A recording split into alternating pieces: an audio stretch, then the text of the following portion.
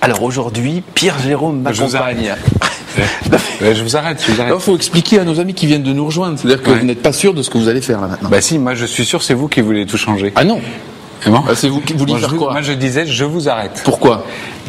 Je vous arrête et vous devez trouver la chute. Et c'est quoi la chute? La chute, c'est que je reçois des auteurs de romans policiers. Ah, c'était ça que vous vouliez faire? Vous avez trouvé ça bête. C'est mauvais. Bon, alors je vous arrête. Trouvez autre chose, je vous arrête. Bon, ça promet aujourd'hui, c'est grand place, on y va.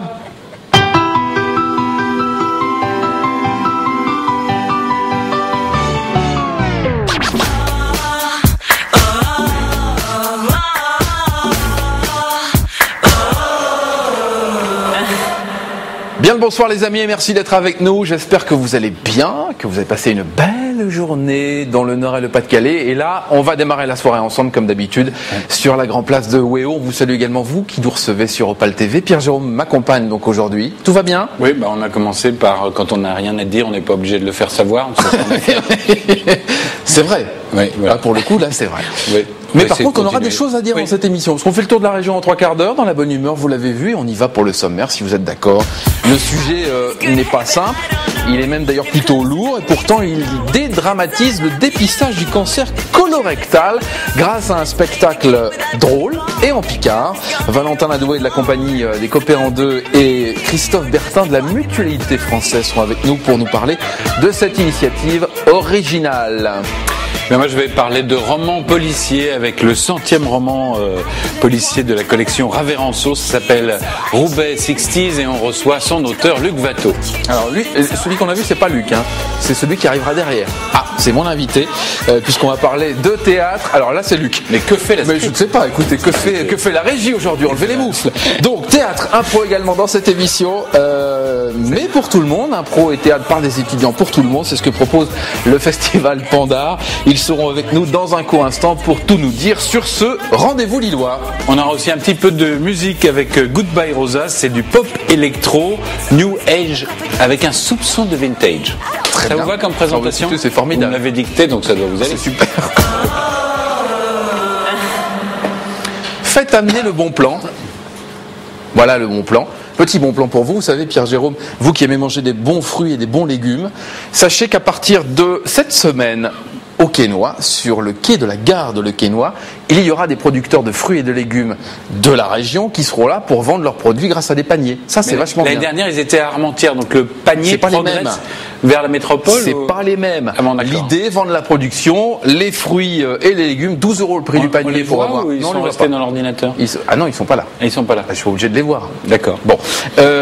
Tous les mardis entre 16h45 et 18h45 sur les quais de la gare de Le Quesnoy pour manger de bons produits. C'est bien de bien manger. Vous nous avez fait saliver tout à l'heure avec les polars, Pierre-Jérôme.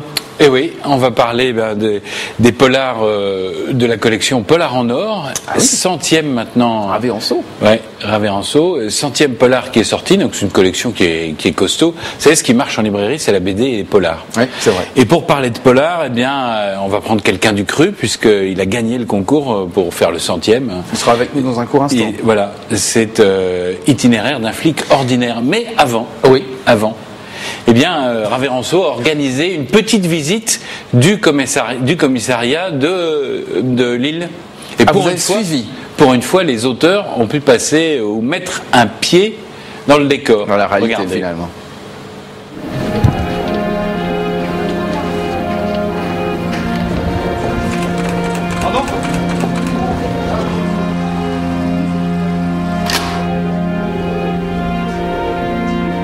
Les Igles, le moins qu'on puisse dire, c'est qu'ils n'ont pas la tête de l'emploi. Quand ils descendent dans la maison Poulaga, il y a peu de chances qu'on les prenne pour des condés. Flics, ça s'invente pas. C'est pas qu'une question d'uniforme, c'est aussi une affaire de style. Le style, pourtant, c'est leur truc. Ils sont auteurs de polar. Mais le résiné, c'est pour eux une abstraction. La viande froide, ils se la palpent tranquille du fond de leur carré. Tu parles, Charles, que quand les Pékins passent de l'autre côté du décor, je peux te jurer qu'ils font suer le burnous à leur Waterman. Ça note, ça mate tout en loose dé. Le Tillier, tiens, Franck de son petit nom. Je sais pas te dire combien il en a refroidi dans ses bouquins. Un affranchi, un vrai. Bah mon poteau, au stand de tir, il mouillait comme un gosse à Noël. Une vraie fontaine. C'est sûr que c'est toujours intéressant d'aller voir vraiment comment ça se passe plutôt que de le lire dans de la documentation. Là, on voit vraiment les policiers de terrain, on voit les armes, on voit donc il y a des termes aussi qui reviennent, des termes plus familiers au milieu policier. Donc ça, forcément, quand on est auteur, on s'imprègne de tout ça. Donc ça rend le récit plus réaliste. Même que certains, ils ont voulu se friter avec un des maîtres du sushi de combat. Recta au tapis, quand les mecs de 100 kilos font dans l'explication de texte, ceux de 50 s'écrasent. C'est la loi du genre. Dans le lot, c'est encore Luc Lapeinture, alias le petit Watteau, qui est le plus au jus. 30 ans de maison à Roubaix, inspecteur Watteau, tu vois le tableau. 30 ans à faire cracher du fait divers à son Olivetti. Ses PV aujourd'hui, c'est de la littérature. On rédigeait toute la journée, que ce soit des auditions, des PV de constatation, des PV de perquisition, et il fallait que le rendu à la fin soit crédible, légal surtout bien sûr, mais que la lecture ne soit pas ennuyeuse. Donc ça a été un entraînement pour vous alors ? Un entraînement de 30 ans, et j'essaie de transformer l'essai en ce moment. Luc le peintre, il aura retenu une chose, la retraite vaut mieux la prendre vivant, et pour un flic, c'est pas toujours joué d'avance. Reportage Pierre-Jérôme Montenot et Maxime Cuvillier. Est-ce que vous avez... je vous ai pas vu à terre dans le reportage. Non, je vais risquer votre vie quand même. Non, j'ai été menotté. Ah, menotté quand même, effectivement. On peut pas mettre toutes les images. Bonsoir Luc Watteau et merci d'être là. Je vais juste présenter Corentin qui est là, qui nous a rejoint. C'est lui Corentin. C'est votre émission, faites ce que vous voulez. Non, pas du tout Corentin, on va parler théâtre avec vous dans un court instant. Vous aimez lire des romans policiers ? Oui. Eh ben ça tombe bien. C'est un petit oui quand même. C'est un petit oui. Inspecteur de cuisinier.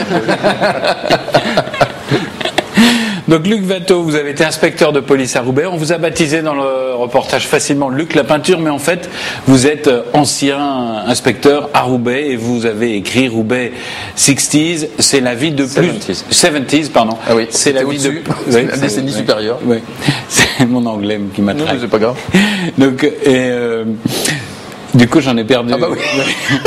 Ce sont il y a un truc bizarre aujourd'hui, je sais pas. Vos différents personnages que vous avez croisés, ou bien il y a quand même, on traverse une épopée, on suit un inspecteur en particulier. C'est vous l'inspecteur ? Non, mais suppute-être. Suppute-être. Oui. C'est quelqu'un qui avait mon âge et puis qui fait ses premiers pas dans la maison.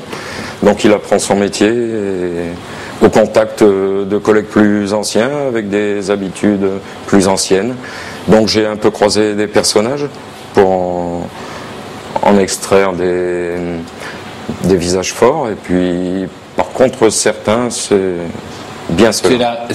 Ils se reconnaîtront. Ouais. Donc vous avez composé plusieurs personnages avec les différents inspecteurs et collègues avec lesquels qui vous avez travaillé. Vous êtes arrivé dans ces années-là, dans les années 70, dans une ville quasi en ruine, l'industrie s'effondre. Quel souvenir vous en avez gardé marquant, puisque l'inspecteur de police, eh bien, il est au contact et au front tous les jours avec la misère humaine, mais aussi avec ses grandeurs et ses bonheurs. Qu'est-ce qui vous a marqué le plus, vous, comme observateur en fait de cette vie ?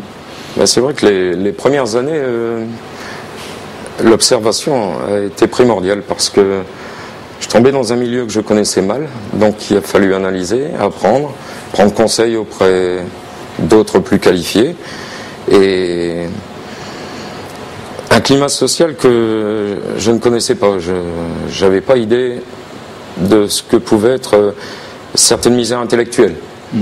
Alors, c'est des flics à l'ancienne. Hein. Comme dans votre reportage, en fait. On picole.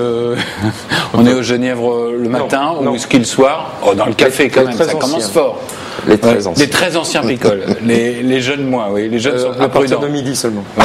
D'accord. Le whisky, c'est quelle heure 19h. Hein. On fume dans le commissariat. Bien sûr. Hein, l'époque évolue. Et alors, chose merveilleuse, on peut avoir sa propre artillerie. Oui. Alors ça a changé, quoi. Maintenant, ça a changé parce que les dotations en armes sont au top niveau maintenant. Mais à l'époque, on trimballait des arsenaux qui étaient un peu désuets. Alors quand on a été vendredi dans le commissariat central de Lille, là, on est passé au stand, on l'a vu dans le reportage. Vous avez découvert des choses, ou c'était vos outils quotidiens ont beaucoup changé ou pas ? Disons que nous qui étions flics en civil à l'époque, les fusils à pompe, les PM, c'était pas trop notre truc. Nous, c'était les armes de poing, pistolet automatique ou revolver, et les autres armes étaient destinées à des missions autres que les nôtres. Qu'est-ce qui vous a donné envie d'écrire finalement, d'écrire ce roman-là ? Un amusement, au départ, un amusement, et puis je me suis pris au jeu et j'ai continué jusqu'à la conclusion. Ça me faisait plaisir. Quand on est flic, finalement, on n'arrive pas à décrocher, on reste dedans, on reste dans les histoires. Vous disiez en discutant vendredi, enfin une affaire dont je connais la fin au début. Voilà. Oui, parce que pendant 30 ans, je me suis occupé d'affaires au départ et je ne savais pas où ça allait me mener. Tandis que là, je connais la fin avant de commencer. Donc vous êtes le maître, c'est lui qui dirige. On rappelle le titre du livre. Donc Roubaix 70s. Roubaix 70s. Ah voilà, cette fois vous avez bien. Oui, j'ai fait un effort. Chez Raveanceau. Chez Raveanceau. Et vous avez gagné le concours puisque vous étiez 4 à. Présidé par Franck Tillier. Voilà, qui a fait la préface. Et vous étiez 4 à concourir pour faire le 100e. Merci beaucoup d'être venu et il y en aura d'autres, je présume, non? Tout dépend de la maison d'édition. Eh ben, vous reviendrez. C'est un appel, elle n'est pas loin, là. Elle n'est pas loin. Le 6, le 7 et le 8 avril, un festival.